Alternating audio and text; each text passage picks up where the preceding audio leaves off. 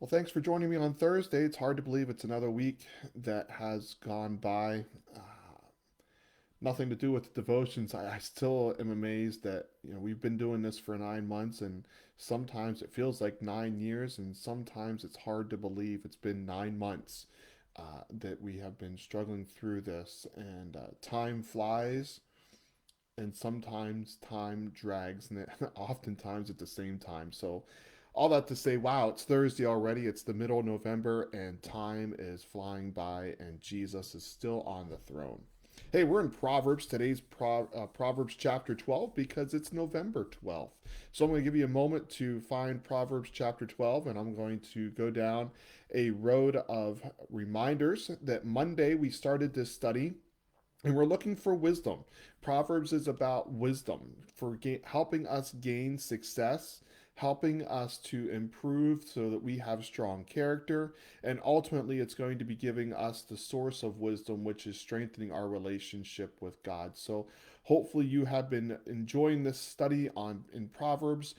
Review on Monday, we learned that we shouldn't try to correct people who don't want to listen. That's just going to be foolishness because they don't want to listen. Tuesday, we looked at our work ethic or finances. And yesterday, we looked at neighborhood relationships. So, hopefully, you had a great day with your neighbor and you continue to work on those relationships. And it's often the ones that are most difficult that are hardest for us to work on when we see things differently, either politically, civically, or spiritually. Well, by now you should be in Proverbs chapter 12. We're going to be looking at verse 25. It says, Worry weighs a person down, and encouraging words cheers a person up. So let's walk through this. First of all, in John chapter 16, verse 33, Jesus tells us, In this world you will have trouble. And so Jesus told us that hard times were coming, that difficult times are going to come, that we will have anxieties, we will have fears, we will have unknown situations. Difficult times will come. We can look at Scripture and we can see examples of this all through Scripture. Paul, Peter, Job, David, the minor prophets, Ezekiel, Daniel, Hosea, Joel, Amos, Obadiah, Jonah, Micah, Nahum, Habakkuk, all those guys had difficulties in life. And it's what I want you to remind yourself is that these guys and even gals, I didn't mention gals, women of God had difficult times. But when we have this relationship with God, it's not a guarantee that life is going to go well. It's not a guarantee that life is not going to have troubles. Jesus told us, in this world, you're going to have trouble. And Jesus faced the ultimate struggle because he died a death he did not need to die, because you and I have a death that we needed to die, but we didn't need to because Jesus came and he took that. So in this world, you're going to have trouble, but take courage. Jesus has overtaken and overcome the world. Let's live with an eternal perspective. But sometimes what happens in my life, and I'm going to assume in yours, is that we worry and we stress because we have situations that we're trying to gain control of and we can't. So the only thing we can control is our worry, our stress, our anxiety. And in a situation that's out of control, if we can worry about it or stress about it, we feel like we're in a little bit of control during a situation that's really out of control and that we can't control. Now, when you as a believer have difficulties, it can become burdensome. That you feel like you can't walk along the path anymore. And you have those struggles. I have those struggles. And we're saying, welcome to 2020. That is the struggle. And we all have those struggles, and sometimes they can become burdensome. Whether if it's not 2020 or COVID, it's cancer, it's family relationships, it's financial difficulties, it's child rearing, it's children walking away from the faith. The list goes on and on and on about the struggles that we have. And sometimes those struggles can become so great that they become burdensome.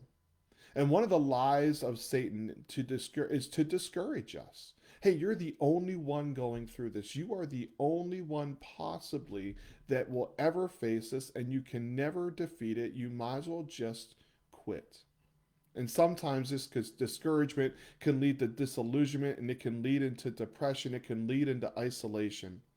And you're in good company, and I had forgotten about this in a moment of vulnerability with you, that Moses in Numbers chapter 11, Moses was so discouraged by leading Israel and all that was happening that Moses asked God, would you take my life?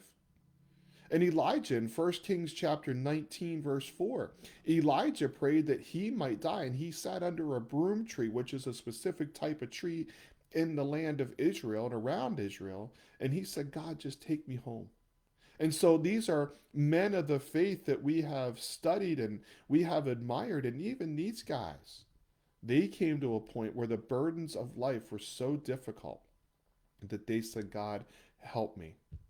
But look at what this proverb says: worry weighs a person down. An encouraging word can cheer a person up. An encouraging word can be such a ministry to someone who is struggling to lift their burdens. I'm reminded of two passages in Hebrews chapter 10, verses 24 and 25. We studied this a couple weeks ago in our church, and it's to encourage one another, to provoke, to stir up one another, to encourage one another. How often have you been down or I've been down and someone came along and just gave us an encouraging word, not out of manipulation and not out of trying to save us, but just saying, hey, I see what you're doing and I appreciate it. And it doesn't really change the situation, but it's an encouragement. And it puts a little jump into our step. It encourages us. It helps us to keep going. That we are here, that we have one another to help one another and to encourage one another. I'm reminded of 2 Corinthians 1:4. I use this all the time with people. That we are to comfort each other with the comfort that we have received from the Lord.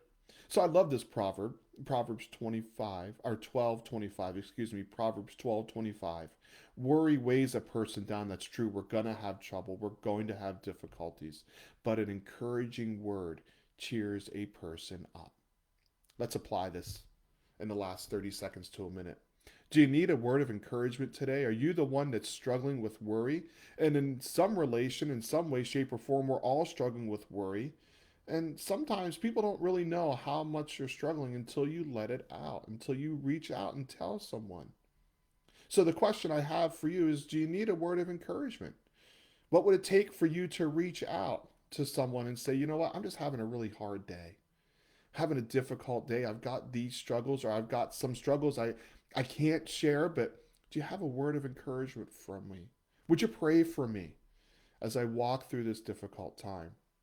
The second challenge I have for us is, do you have a word of encouragement for someone? What would it take for you to share that with them? Call someone, text someone, go socially distance, visit someone. I should say, go visit someone socially distant and encourage them. Not out of manipulation, just saying, I haven't seen you in a while. I've missed seeing you around. I was driving by and I thought about you, so I just want to stop in and say hi. Pray with them, pray for them. What a great encouragement that can be, because oftentimes the worries weigh a person down. It becomes burdensome, but the burden can be lightened when we share an encouraging word. Hope you have a great Thursday. If you don't have a church home and you want to come worship with us, we're going back to two services. It's the same service, 9 and 10:30, and we'd love to have you join us. And if you're not quite ready to come out, we are going to be on Facebook Live at about 9:30, give or take, and we'll broadcast the message as we continue our series at our church on an attitude of gratitude. I hope you have a great Thursday, and I'll see you next Monday for week 2 of our study of Proverbs. Have a great couple days. I'll see you soon.